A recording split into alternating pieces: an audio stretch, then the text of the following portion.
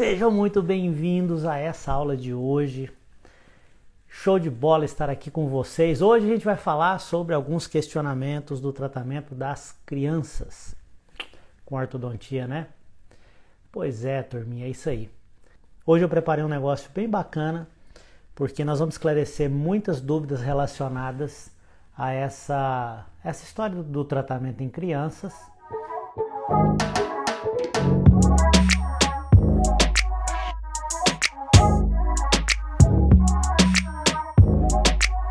Primeiro questionamento relacionado ao tratamento ortodôntico das crianças, tá? Bom, em primeiro lugar, deixa eu só comentar uma coisa com todos vocês que estão aqui comigo. O objetivo dessa aula é mostrar para vocês que existem vários caminhos. A ortodontia, ela é cheia de caminhos, tá? E você só vai seguir esse caminho que eu vou mostrar hoje se fizer sentido para você, tá bom? Se você olhar e disser assim, cara, faz algum sentido, isso aí realmente parece ser legal. Vocês me conhecem, claro, tem muita gente que me conhece aqui há mais de 6 anos, eu estou aqui exatamente nessa rede social, semanalmente eu venho aqui, respondo todos os dias, semanalmente eu venho aqui, faço a minha live, todos os dias eu respondo a minha caixinha de pergunta há mais de 6 anos. Quando isso aqui era tudo mato, né? Quando não existia ninguém aqui ainda, eu já estava fazendo as minhas coisas aqui. Mas o que eu quero dizer com isso é assim, o objetivo aqui não é criar polêmica, o objetivo aqui não é mudar a sua direção de pensamento, o objetivo aqui é sempre agregar alguma coisa para que você tenha capacidade de atender essas crianças de uma forma excelente, não meia boca, tá bom? É só isso que eu quero. E aí me perguntaram assim, gente, tudo mato, Augusto falou, era tudo mato, Augusto, era tudo mato. Eu tomava porrada o dia inteiro, que o pessoal falava assim, cara, você fica aí ensinando as coisas na internet, na rede social, você tá louco, isso não, pra que isso?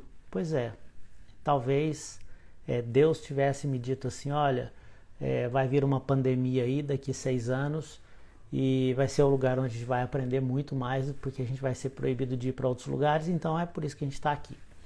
Deve ser isso, deve ter sido um chamado. Uma pergunta muito comum, qual é o segredo para fazer uma boa mordida construtiva? Bom, antes de mais nada, deixa eu explicar para poder dar contexto a essa pergunta, tá bom? Quando nós fazemos um tratamento de uma criança e nós utilizamos aparelhos ortopédicos funcionais, não estou dizendo que você é obrigado a usar aparelho ortopédico funcional para você tratar suas crianças. Você pode usar o que você quiser. Você pode usar ortopedia facial. Você pode usar, sei lá, o que você quiser. Mas eu só consigo falar do que eu faço. Não dá para eu falar de outras coisas. Então isso é o que eu faço há muitos anos. Eu vejo também... Eu faço há muitos anos, que talvez isso não signifique nada para você, falar assim, tem mais de 20 anos que eu faço isso. Isso não significa às vezes nada, mas o que eu poderia dizer é que nós temos tratados no consultório mais de 8.000 pacientes. Então, não é possível que eu não possa compartilhar a minha experiência clínica, tá bom? Então a pergunta do colega é assim, qual é o segredo para manipular o paciente para uma mordida construtiva para eu poder confeccionar o meu aparelho? Para deixar bem claro, quando nós confeccionamos um aparelho ortopédico funcional, nós fazemos essa tal mordida construtiva, tá? E é muito comum fazer essa mordida construtiva nesses pacientes que são bem jovens. Claro que quando a gente fala de tratamento de paciente jovem, tratar um paciente, por exemplo, de 3 anos de idade, eu vou comentar isso aqui agora mesmo, não significa que você vai colocar um aparelho nesse paciente. Não tem nada a ver. Agora, se o paciente vai no seu consultório com 3 aninhos de idade, a pergunta que eu te faço, inclusive eu estou aqui para responder perguntas e agora eu estou me atrevendo a fazer perguntas, né? Olha, o tio Hélio está atrevido hoje. A pergunta que eu te faço é assim, o paciente chega no seu consultório hoje, com 3 anos, você sabe o que olhar para saber se está acontecendo um desenvolvimento normal dessa criança? Você vai pedir para os pais para fazer um acompanhamento de 8 em 8 meses ou uma vez por ano, e nesse acompanhamento você sabe o que você vai olhar em relação ao desenvolvimento dessa criança para saber se está indo tudo bem, se está dando tudo certo, se você vai conseguir, através de uma orientação, pelo menos, evitar problemas quando ela tiver 6, 7, 8, 9 anos. É aí que está o questionamento. Quando nós falamos assim, o tratamento das crianças, tratamento ortodôntico das crianças. O tratamento ortodôntico das crianças, nessa idade de 3 anos, ele não existe. O que existe, na grande maioria das vezes, é uma orientação. E essa orientação ela tem que ser dada baseada no que você entende de normal e de anormal. É por isso que a gente precisa descobrir o que está sendo normal e o que não está. Agora, de repente, você está diante de um paciente, e agora eu vou entrar nessa questão aqui, tá? A pergunta é, qual é o segredo para fazer uma mordida construtiva?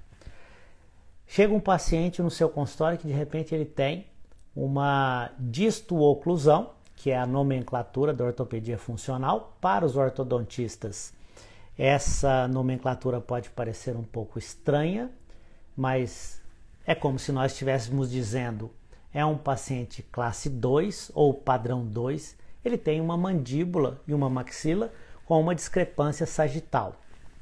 Quando eu falo aqui, gente, para o ortodontista, eu às vezes negligencio, porque como o meu Instagram, a grande maioria das pessoas que me seguem aqui, dos colegas, são ortodontistas.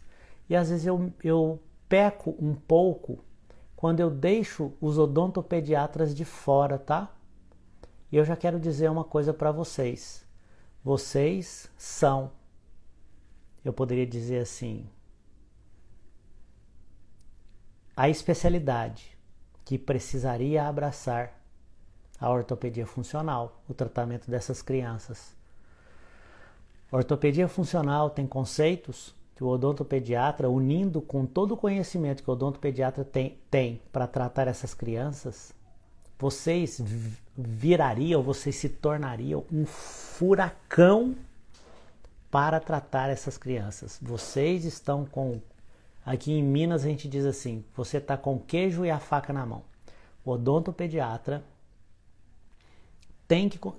Eu sei que muitos olham para isso, mas o odontopediatra precisa olhar com mais carinho para a ortopedia funcional, tá bom? Então, assim, sejam muito bem-vindos, tanto os ortodontistas quanto os odontopediatras. São as duas especialidades que precisam olhar muito bem para a ortopedia funcional. Agora eu vou responder a pergunta.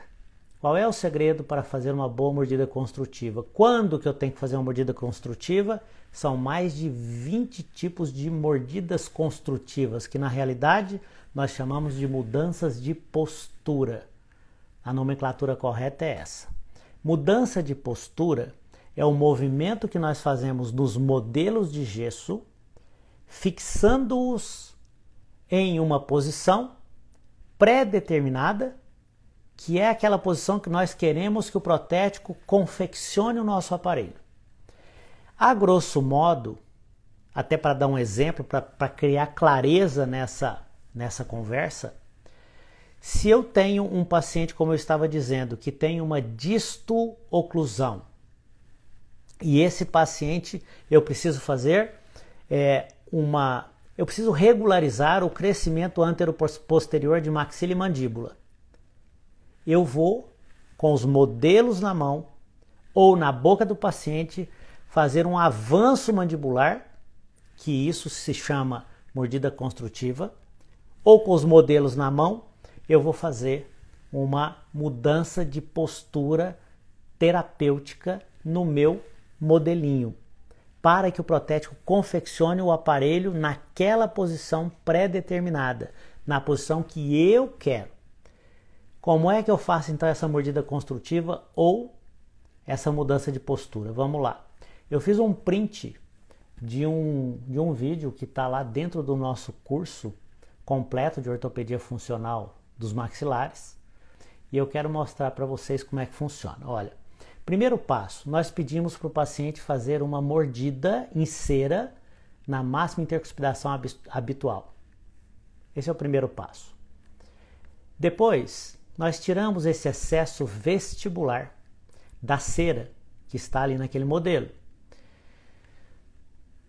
Veja só, eu escolho uma das cúspides do molar e eu faço um risco vertical nessa cúspide. No caso aqui foi feito na cúspide distal do molar superior, estendendo até o molar inferior.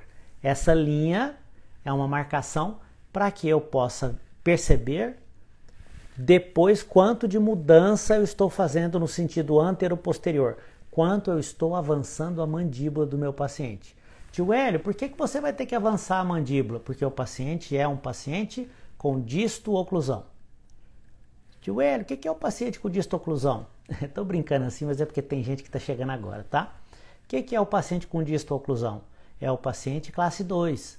É o paciente que tem uma discrepância sagital. Ou a maxila está para frente ou a mandíbula está para trás. Basicamente é isso. Então nós fizemos ali um risco na cúspide distal do molar superior, fizemos um risco na linha média com lápis, fizemos um risco lá na cúspide do molar do lado oposto. Então nós marcamos o modelo nos dois molares e na linha média. E também marcamos o modelinho na região posterior. Esse modelinho está marcado na região posterior para a hora que a gente for manipular o modelo, eu vou mostrar como é que manipula o modelo, a gente não mudar essa parte posterior. A gente não deslocar os dois modelos no sentido lateral, porque senão depois o aparelho chega, o paciente não consegue usar. Quando eu falo que o paciente não consegue usar, que o aparelho chega, eu não sei se vocês estão entendendo o que eu estou mostrando aqui.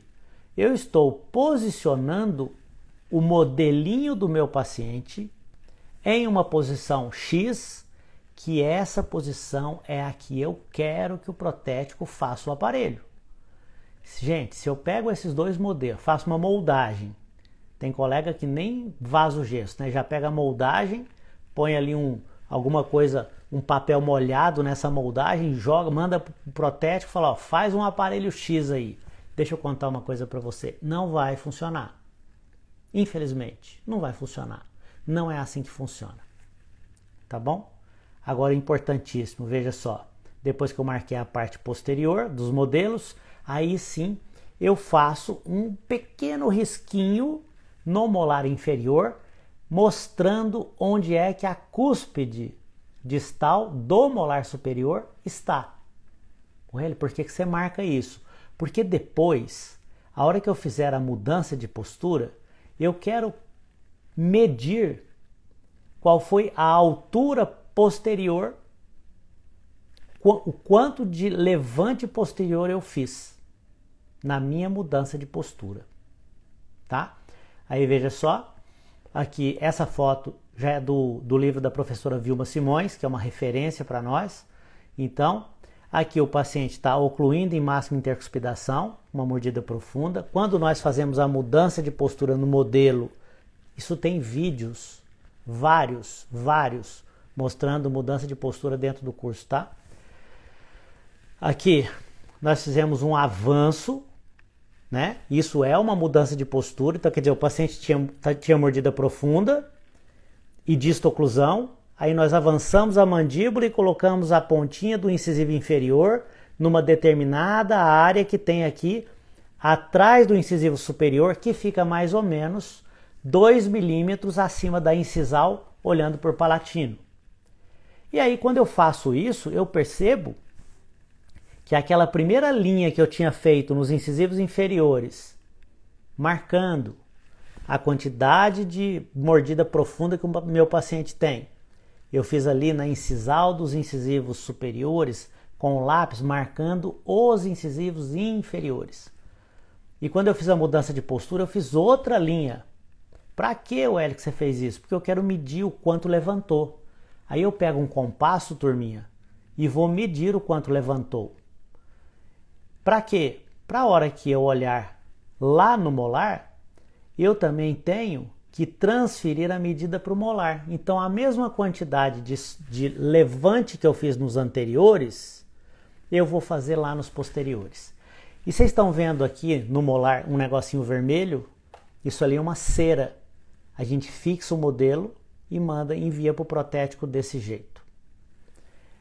Esse aparelho que vai vir do protético, por exemplo, ele pode ser um aparelho chamado pista indireta planas composta,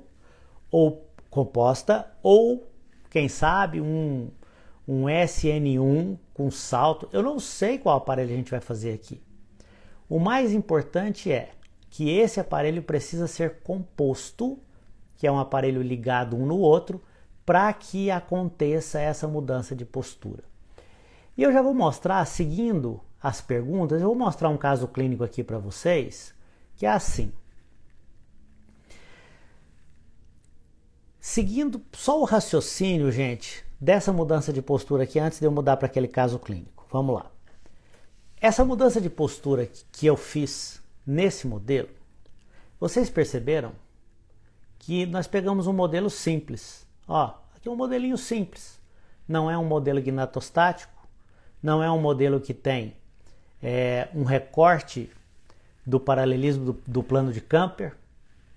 Só que vocês vão virar uma chave na cabecinha de vocês quando vocês começarem a entender o porquê que eu tenho que fazer essa mudança de postura para poder mandar para o protético, porquê que esse modelo tem que estar com a marcação do plano de Camper, porquê que eu tenho que fazer um pequeno levante posterior,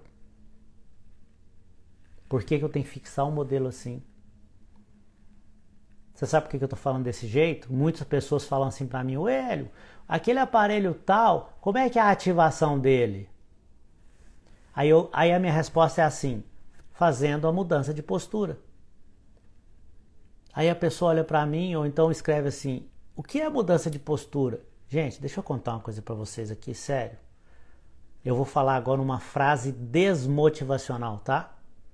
Se for para fazer na orelhada, se for para fazer escutando pedaços de informação, não faça ortopedia funcional dos maxilares.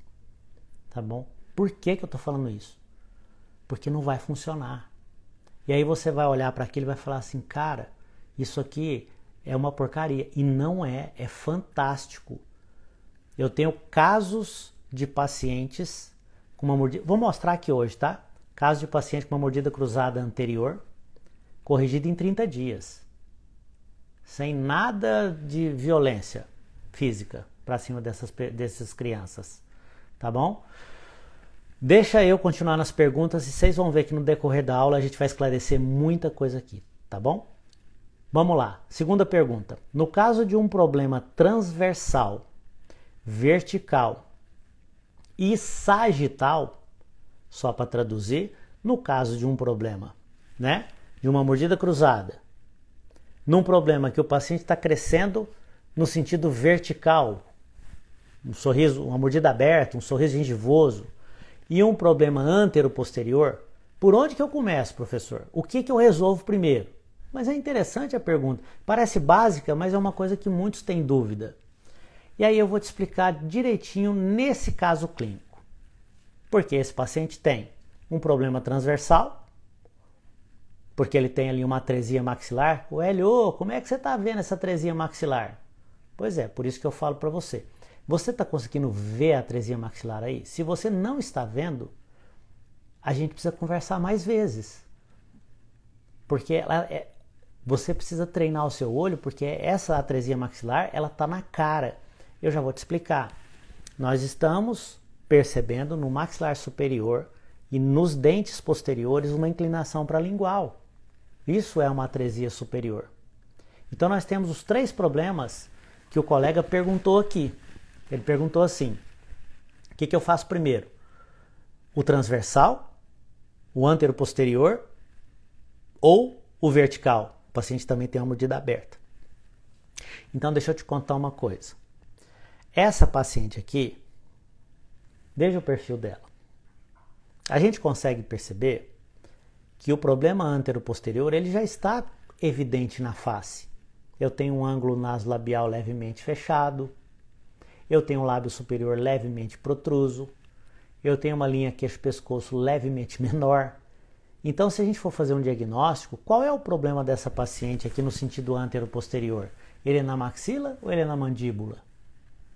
É nas duas coisas, tá? E será que existe, Hélio, um aparelho? Aliás, seguindo a pergunta, eu não posso fugir da pergunta. O que eu faria primeiro? O transversal, o vertical ou o anteroposterior? Tá bom, então agora eu vou te explicar. Existe um aparelho que é... Gente, eu poderia tratar essa menina com os aparelhos ortodônticos, poderia tratar com ortopedia facial e eu posso também tratar com ortopedia funcional. Repetindo, posso usar ortodontia nela? Posso. Como? Sei lá, uso uma técnica 4x2, então, primeiro, o transversal na ortodontia é mais interessante tratar na ortodontia. Deixa eu separar então, vamos filosofar um pouco aqui, que eu acho que pode ser bacana para todo mundo. Se eu for tratar com ortodontia, o que eu posso fazer? Eu posso fazer uma disjunção, ela não tem um problema transversal? Sim. Tá, então eu posso fazer uma disjunção. Primeiro, na ortodontia a gente tem como regra que a gente faz primeiro o transversal. Isso mesmo. E para fechar essa mordida? Ora, posso usar colar brackets nesses 4 incisivos e instruí-los um pouquinho, se de repente eu não estou com tendência a sorrir gengivoso. Ah, mas e o anteroposterior? Ah, e depois eu posso montar aí um Herbst, um propulsor mandibular, onde eu já estou com um disjuntor superior, eu colocaria uma armação metálica inferior para poder encaixar o meu Herbst. É uma opção. Eu poderia tratar essa menina com ortopedia funcional dos maxilares? Poderia. Você sabe qual aparelho que eu vejo que eu escolheria para essa menina? Eu escolheria um aparelho que a gente fala muito dele, um aparelho chamado SN3. Você sabe por quê? Veja que interessante. Esse aparelho SN3, ele tem um acrílico que fica encostado no palato e nos dentes superiores. Esse acrílico ele vem com um expansor. Só que o próprio contato, somente o contato do acrílico no palato, ele já vai fazer com que aconteça um desenvolvimento transversal. Porque quando a gente fala de expansor, a gente já fica com coceira, com vontade de expandir, né? Eu quero torcer esse parafuso. Tio Hélio, quantas vezes por dia eu torço o parafuso? Tio Hélio, é de 15 em 15 dias ou é uma vez por semana? Para com isso. Isso não é ortopedia funcional. Por isso que eu te falo, se você tem vontade de fazer, e a hora que você fizer, depois que eu abrir os comentários, eu queria que quem faz, por favor, comente aqui se é uma especialidade linda ou não é, tá? E quando eu falo assim, é claro que eu não estou falando mal de outras especialidades, é claro que não. Até porque eu faço um monte de coisa no meu consultório que são conceitos que a gente pega de várias especialidades. Eu sou ortodontista, graças a Deus. Sou ortopedista, graças a Deus. Tá? Então é uma somatória. E o que eu quero dizer agora é assim, o meu aparelho SN3, o que ele vai fazer nessa boca? Ele vai corrigir o transversal? Vai. Ele vai corrigir também o vertical ao mesmo tempo? Vai. Hélio, e o anteroposterior? Ele vai corrigir também ao mesmo tempo. E eu sei, gente, que quando a gente fala não só de ortopedia, de ortodontia, a gente tem que pensar as nossas prioridades. Na ortodontia eu não faria o transversal primeiro. Só que nesse caso eu sei que o aparelho faz isso. Você sabe por quê? Eu vou te explicar direitinho. Em primeiro lugar, ele é um aparelho que ele fica soltinho na boca do paciente e o paciente tem que colocar ele para cima, no céu da boca toda hora. O aparelho cai na língua e o paciente tem que empurrar esse aparelho para cima. O ato de empurrar esse aparelho para cima vai fazer com que esse paciente exercite o posicionamento da língua no palato. E essa paciente aqui não está com a língua no palato. Velho do céu, como é que você sabe disso? Porque se ela tivesse com a língua no palato, ela não teria essa atresia maxilar. E quem falou isso? Quem é que fala? Quem é? De onde você tirou isso, tio Hélio? Das teorias de Mohs. Eu vou mostrar a teoria de Mohs hoje para você. E aí eu quero que você depois fale para mim aqui nos comentários assim: caramba, isso faz sentido. Ou então você vai falar assim: isso é uma bobagem.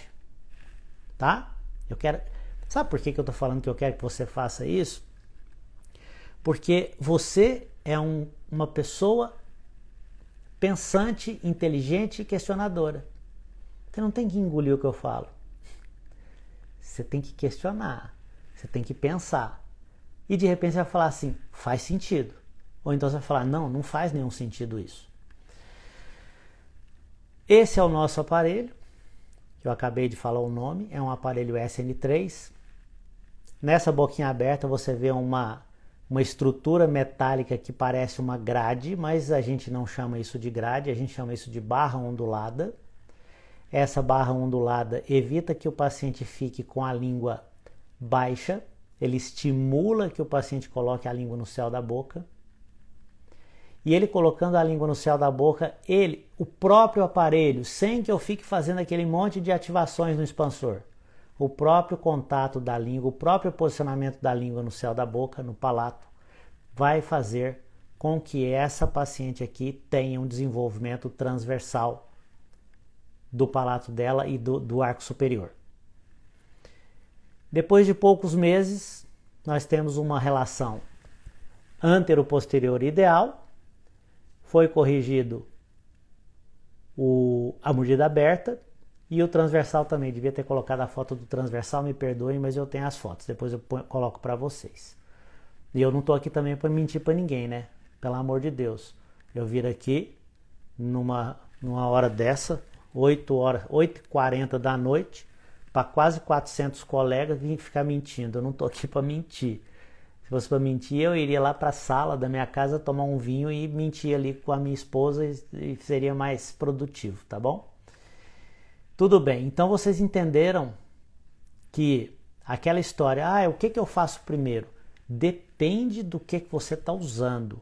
Nesse meu caso aqui, como eu utilizei um aparelho chamado SN3, esse aparelho ele faz o desenvolvimento transversal, ele corrige o vertical, porque ele não deixa a língua ficar ali atrapalhando os dentes, e esse aparelho também corrige o antero-posterior, porque eu faço uma mudança de postura nesse aparelho, nos modelos, peço para o protético fazer o aparelho vem posicionando a mandíbula da minha paciente um pouquinho para frente.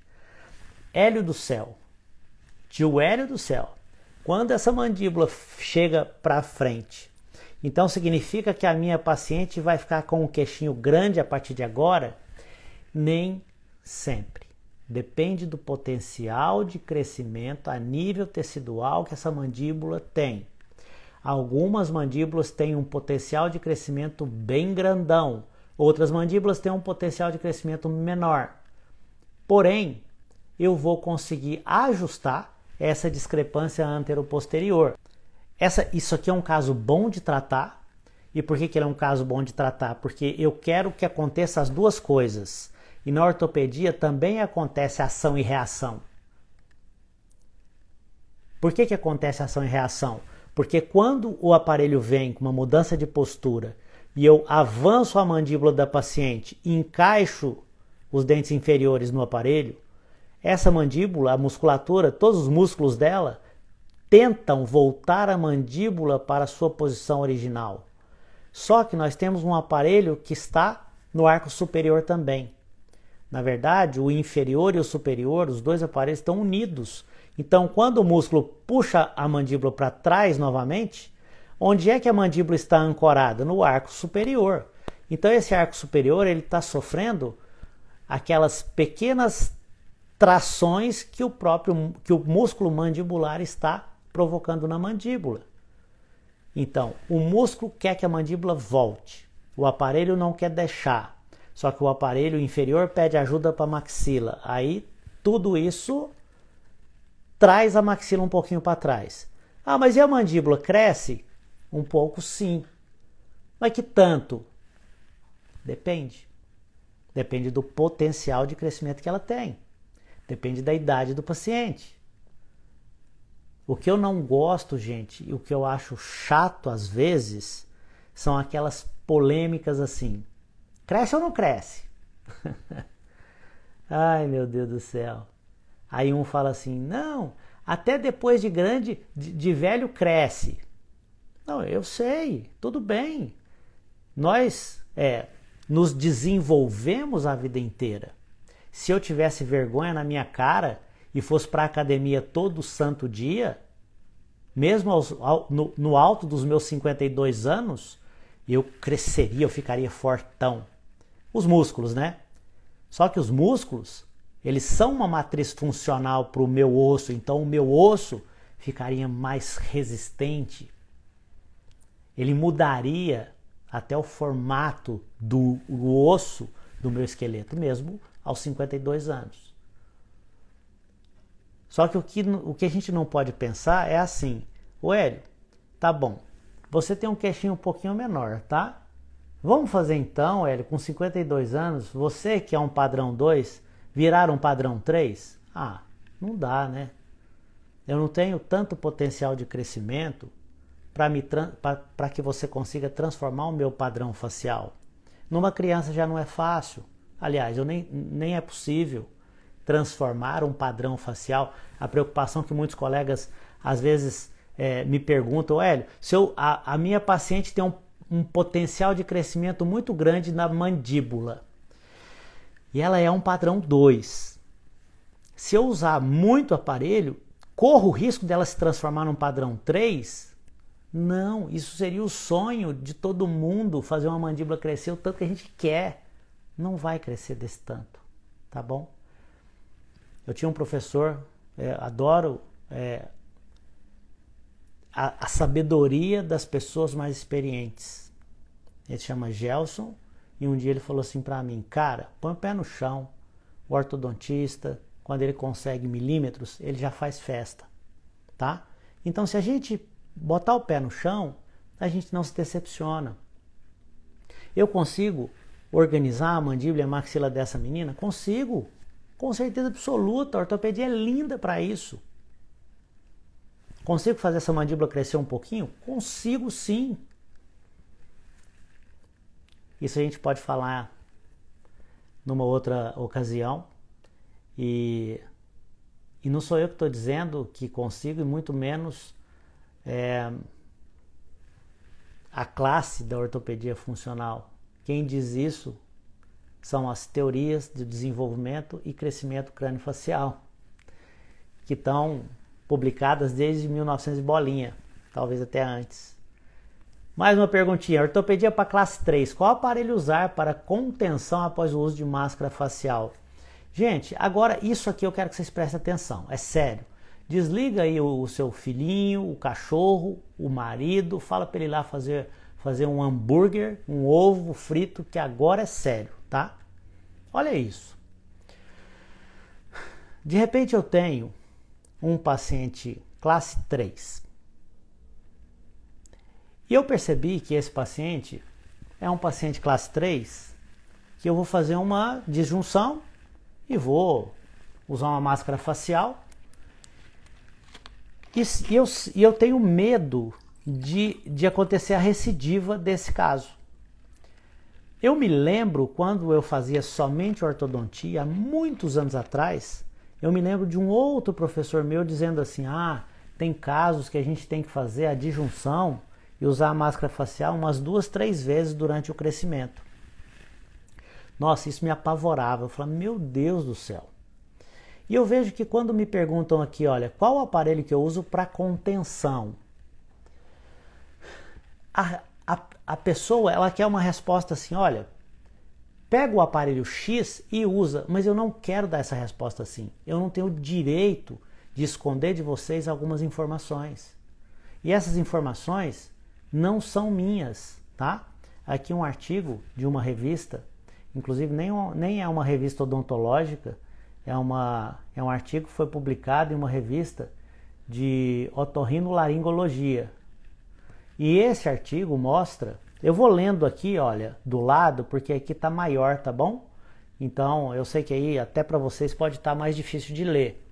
Mas, olha, presta atenção no quanto a respiração, a postura de língua e até a mastigação influenciam na recidiva que você vai ter desse tratamento da classe 3 ou não. E eu creio que não só influencia, mas você consegue interceptar muitos problemas se você tiver esse tipo de conhecimento, tá bom? Então, nesse artigo, o objetivo era avaliar, por meio da análise cefalométrica, diferentes proporções faciais de crianças respiradoras bucais e nasais. Então, eles avaliaram 60 crianças entre 6 e 10 anos de idade. Aí, galerinha, separaram o grupo 1, que eram as crianças respiradoras bucais, com grande grau de obstrução das vias aéreas. E separaram o grupo 2, que eram as crianças respiradoras nasais, crianças normais. Bom, qual foi a conclusão do artigo? É claro que eu li material e métodos, utilizaram as ferramentas do ortodontista, que são as medidas cefalométricas, e chegaram à conclusão que os respiradores bucais, crianças que têm obstrução nasal, tendem a apresentar maior inclinação do plano mandibular e um padrão de crescimento vertical. Ora, evidenciando a influência da função respiratória no desenvolvimento craniofacial. Ora, se essa criança de 6 a 10 anos de idade, que respirou pela boca, mudou o padrão, o tipo facial dela, ela está ficando divergente, ela está ficando com o plano mandibular rodando no sentido horário,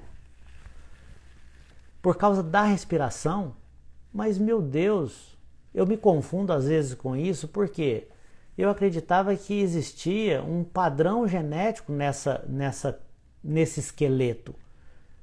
Mas, na verdade, eu continuo acreditando que existe um padrão esquelético, um padrão genético, um padrão hereditário, não sei. Eu continuo acreditando. Porém, não é só isso. Esse padrão hereditário ou genético, também existe uma polêmica em relação a isso, eu não consigo te explicar isso agora, mas eu acho que a melhor nomenclatura seria chamar de hereditário, porque passa, né, de pai para filho, aquele padrão facial, a gente tem que se parecer com os nossos pais. Então, de repente, o pai ele é dólico, então chega a criança, ela é dólico. Só que a exacerbação daquele crescimento vertical pode acontecer por conta de fatores como a respiração e a postura da língua. Porque, de repente, os pais, eles são verticais, só que eles não têm faces desagradáveis. E aquela criança está ficando com a face desagradável.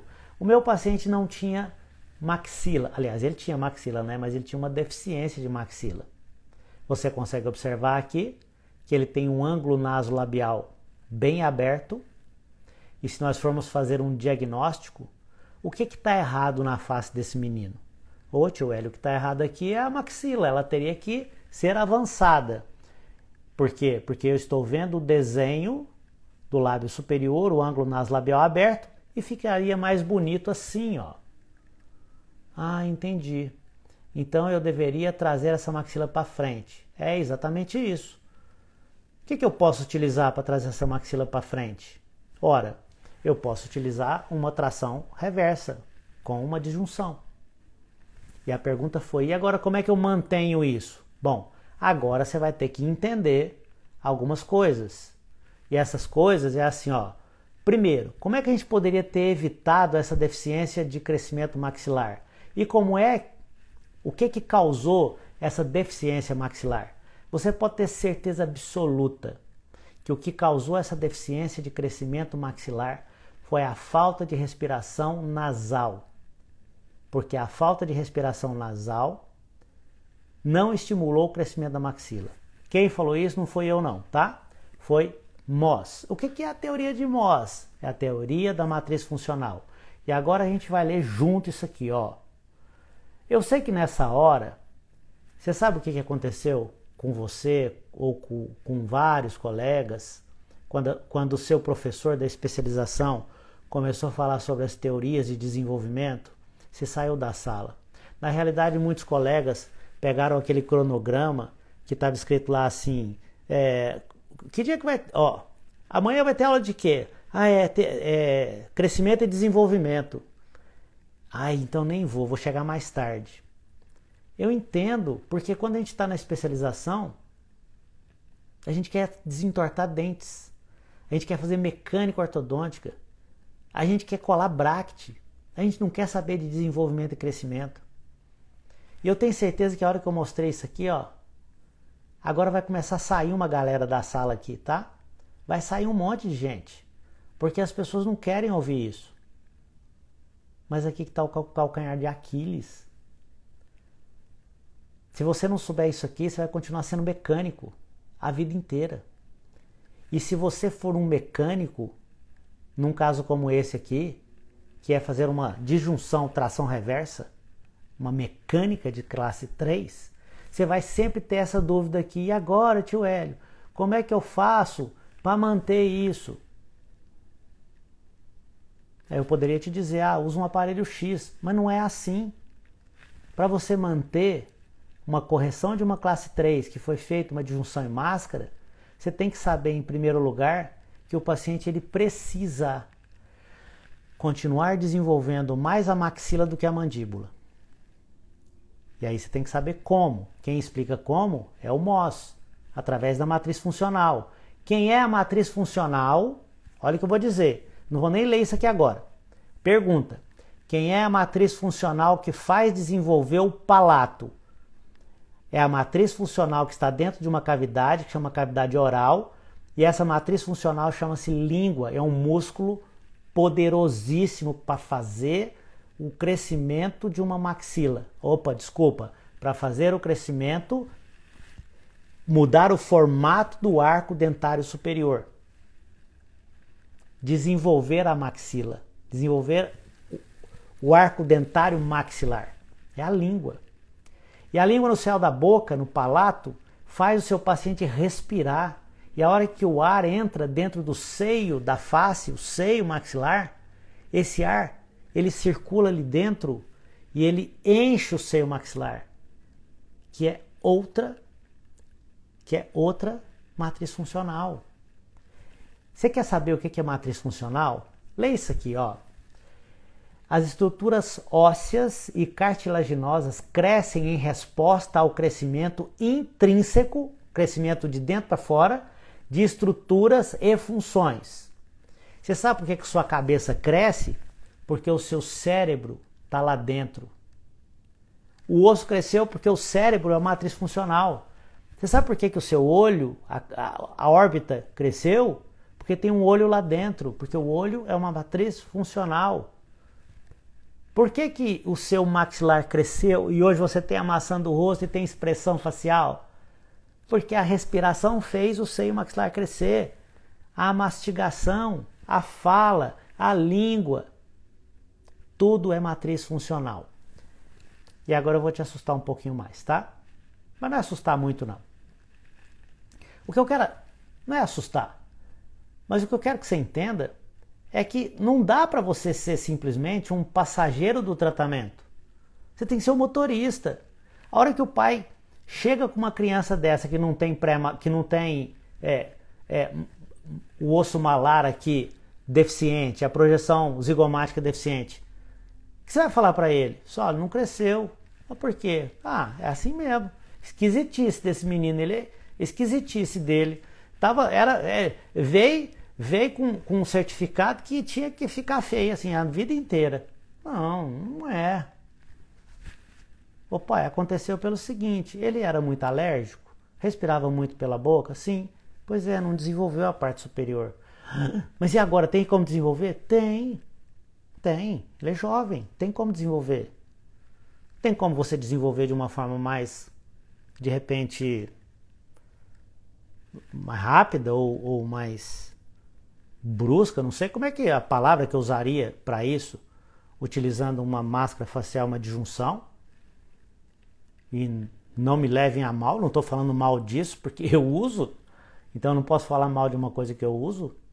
Só que depois da máscara facial e da disjunção, eu vou usar a ortopedia funcional, porque eu quero a língua no céu da boca, eu quero tirar a língua dele da mandíbula, eu quero esse aparelho caindo na língua dele o tempo inteiro, lembrando que ele tem que ficar com a boca fechada, ele precisa respirar pelo nariz, se tiver obstrução vai para o otorrino, mas é um conhecimento básico que eu preciso ter. Tem um artigo muito bacana, gente, da professora Flávia Artesi. Eu tiro o chapéu para esse artigo. O dia que eu li esse artigo, eu falei assim, aí ó, é isso que a gente fala a vida inteira. Presta atenção nisso aqui, porque eu também acho que vai clarear algumas coisas, vai cair algumas fichas aí para você. Olha só. O artigo, ele diz... Bom, em primeiro lugar, eu coloquei essa palavrinha aqui, ó, exemplo. Exemplo de matriz funcional. Exemplo da teoria de Moss. O critério de diagnóstico, ó, critérios para o diagnóstico e tratamento estável da mordida aberta anterior. Então, o artigo foi escrito. Por quê? Porque nós não. Os autores queriam critérios para fazer um diagnóstico do tratamento da mordida aberta e para que tivesse estabilidade. Tá bom? Beleza. Aí vamos lá, olha. Uma coisa que ela afirma no artigo, e ela tem toda a razão, ela e os autores, tá? Deixa eu honrar a fonte. Não existe, gente, uma única posição da língua em repouso. Ela pode estar posicionada de forma mais alta. Eu estou olhando de lado aqui, turminha, porque aqui está maior para eu ler, tá? Eu não enxergo muito bem essa letra pequena. Então ela pode estar posicionada de uma forma mais alta, mais baixa, gerando mordidas abertas com diferentes características morfológicas e severidades. Olha a importância. O que você vai aprender agora, em relação à postura da língua, graças à professora Flávia Artesi, porque o artigo dela é um artigo que saiu numa revista que nós, ortodontistas, temos o hábito de ler, uma revista muito bacana. E às vezes a gente não abriu ainda o filtro para poder ler alguns artigos ou livros ou publicações feitas da ortopedia funcional.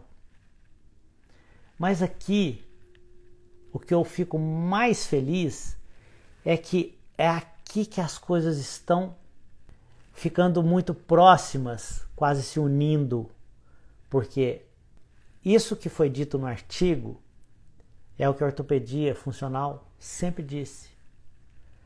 E não é porque a ortopedia funcional diz, mas esse cara aqui que falou também. Então nada vem assim, eu acordei de manhã, eu vou falar agora que a língua tem que ficar numa postura tal, por causa... Não é assim. As coisas não acontecem assim. Mas deixa eu tocar o barco aqui para vocês poderem entender. Aí no artigo, a professora Flávia e seus colaboradores mostra que a língua pode estar bem alta. Vamos lá, ó. Ela pode estar bem alta, que é uma posição normal. Ela pode estar simplesmente alta. Ela pode estar horizontal. Ela pode estar baixa e ela pode estar muito baixa. É claro que eu não vou mostrar todos os posicionamentos, senão essa aula nossa duraria aqui 2, 3 horas. Mas dentro do curso completo da ortopedia funcional, eu mostro tudo lá dentro. Mas vamos lá. Eu vou dar só um exemplo que está no artigo da professora Flávia. Vejam só. Quando a língua está horizontal, você vai perceber que o estrago que essa língua fez nos dentes, normalmente, é a protrusão dos incisivos superiores. Você vai perceber um grande overjet.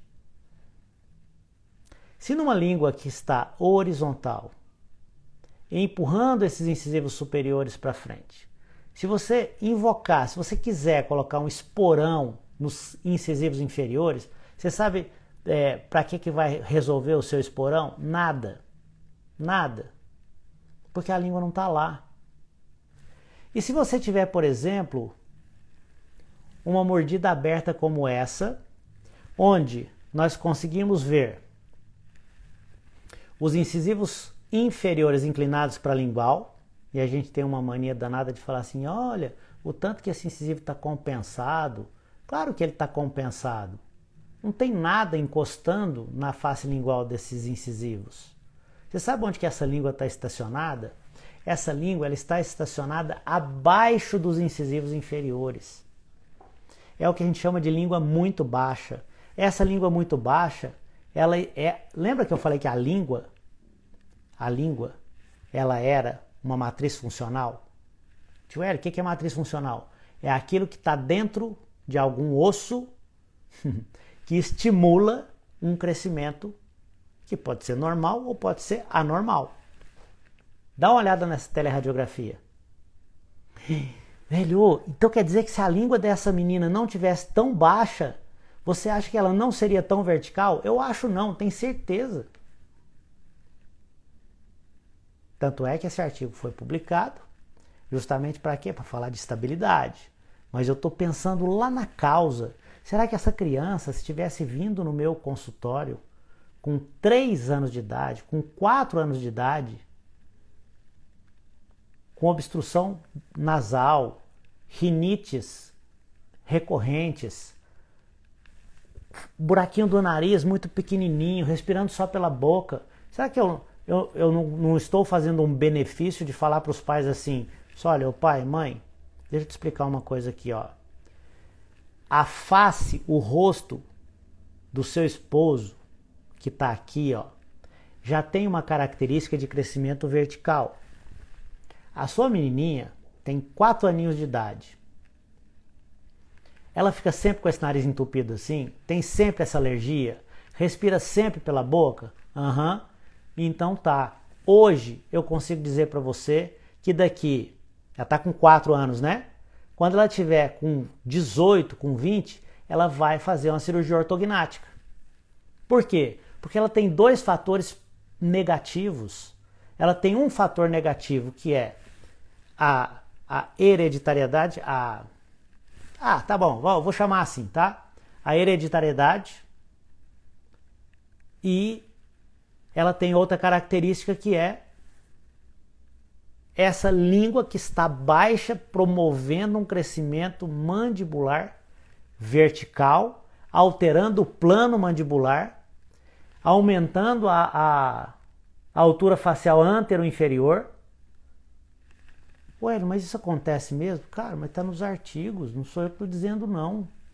Acontece mesmo. Ah, então quer dizer que aos 3, 4 anos, quando você fala que tem que tratar, não é que vai pôr aparelho. Óbvio que não. Não estou falando de aparelho. Isso é mania que a gente tem de achar que o dentista, o ortodontista, só trata com aparelho. A gente trata de várias formas. A gente trata, inclusive, fazendo orientação mastigatória. A gente trata, por exemplo, uma pacientezinha dessa, o caso dela está completo lá dentro do curso. Olha só, acho que é 3 ou 4 aninhos, eu não me lembro mais. Olha o tamanho da mandíbula. Não é normal uma criança nessa idade ter uma mandíbula tão grande. Mas o que é isso? Ora, quando o incisivo superior nasceu, erupcionou, essa criança mordeu de topo a topo. E ninguém equilibra de topo a topo. E aí o que aconteceu? Ela teve que jogar a mandíbula para frente. Isso aqui é uma postura mandibular. O que eu posso fazer nessa criança? Eu vou colocar um aparelho? Nem sempre. Eu vou colocar uma pista, um plano inclinado de resina nesses incisivos, porque aí eu consigo tirar ela dessa condição e colocar ela nessa condição aqui. Nessa situação aqui que vocês estão vendo, lembra da teoria de Mohs, que fala sobre a função?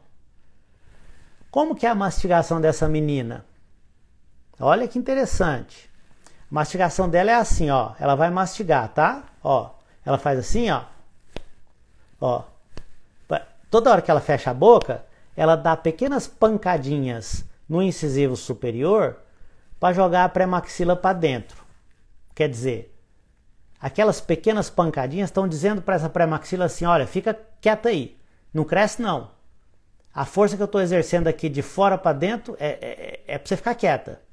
E aqui, na mandíbula, a mandíbula, para mastigar, a mandíbula está sofrendo um estímulo antero-posterior. E a mandíbula está ali, ó, estímulo antero-posterior livrezinha para crescer o tanto que quiser. Aí entra o problema. Ah, mas e aí? Então quer dizer que essa paciente vai virar um classe 3, um padrão 3 cirúrgico? Não sei.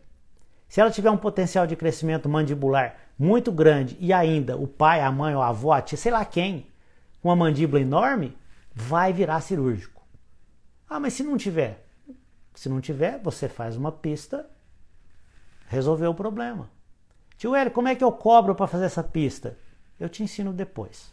Não dá para falar tudo aqui agora. Muitos colegas podem pensar que eu estou aqui dando uma aula para poder estimular, incentivar você depois comprar um curso meu e não sei o que e tal. Quando eu vejo uma criança como essa e eu sei que é possível resolver esse problema, tirar ela de várias situações, olha só, uma criança como essa aqui, ó, é assim. Eu tenho muito prazer na minha vida de fazer duas coisas. Primeiro, mudar a vida desse bichinho aqui, tá? Porque eu vejo, por exemplo, muitos pacientes chegando no consultório com caninos retidos, com 13, 14 anos de idade, e eu pergunto para todos, olha, desde quando você vai ao dentista? Ah, ela vai desde os 4 aninhos, 5 aninhos de idade. E aí eu vejo que muitos desses pacientes, a gente poderia ter feito um sistema de extração seriada para poder colocar o canino na posição sem que hoje ela precisasse fazer uma cirurgia para fazer tracionamento de canino. Você entendeu? Então assim, se a gente puder, gente, olha, vocês aqui, vocês são diferenciados. Então vocês já são diferenciados. Então nós temos 2 objetivos aqui fortíssimos. Mudar a vida dessas pessoas e a partir do momento que você muda a vida delas, você está mudando a sua. Você não imagina, olha, ninguém joga uma bola vermelha na parede e volta uma bola amarela. Isso é uma frase de uma filósofa muito famosa chamada Ana Maria Braga. Ela falou essa frase o dia que ela recebeu aquela pessoa do Big Brother lá no negócio dela. Tá bom? No mínimo, isso aqui vai abrir a sua cabeça, você vai começar a enxergar coisas que você ainda não via, e a hora que você começar a conversar com os pais, com essa propriedade, para poder cuidar da joia mais rara que eles têm, você não tem ideia do que vai virar o seu consultório. E eu não estou falando isso aqui como uma coisa mercantilista. Eu sei que na odontologia parece que é pecado falar isso, mas eu vou falar bem baixinho, tá? Você vai fazer o bem e você vai ganhar muito dinheiro com isso. Eu sei que o seu foco não é o dinheiro, é fazer o bem. Mas a consequência, o efeito colateral de fazer o bem para essas crianças vai fazer você aumentar no mínimo 30% do seu faturamento. Como é que eu sei disso? Porque aconteceu comigo. Tá bom? Beijo para todo mundo. Amo vocês. Obrigado pela presença de todo mundo. Hoje foi uma das aulas mais gostosas que eu já dei. Tá bom? Beijo para todo mundo. Fiquem com Deus.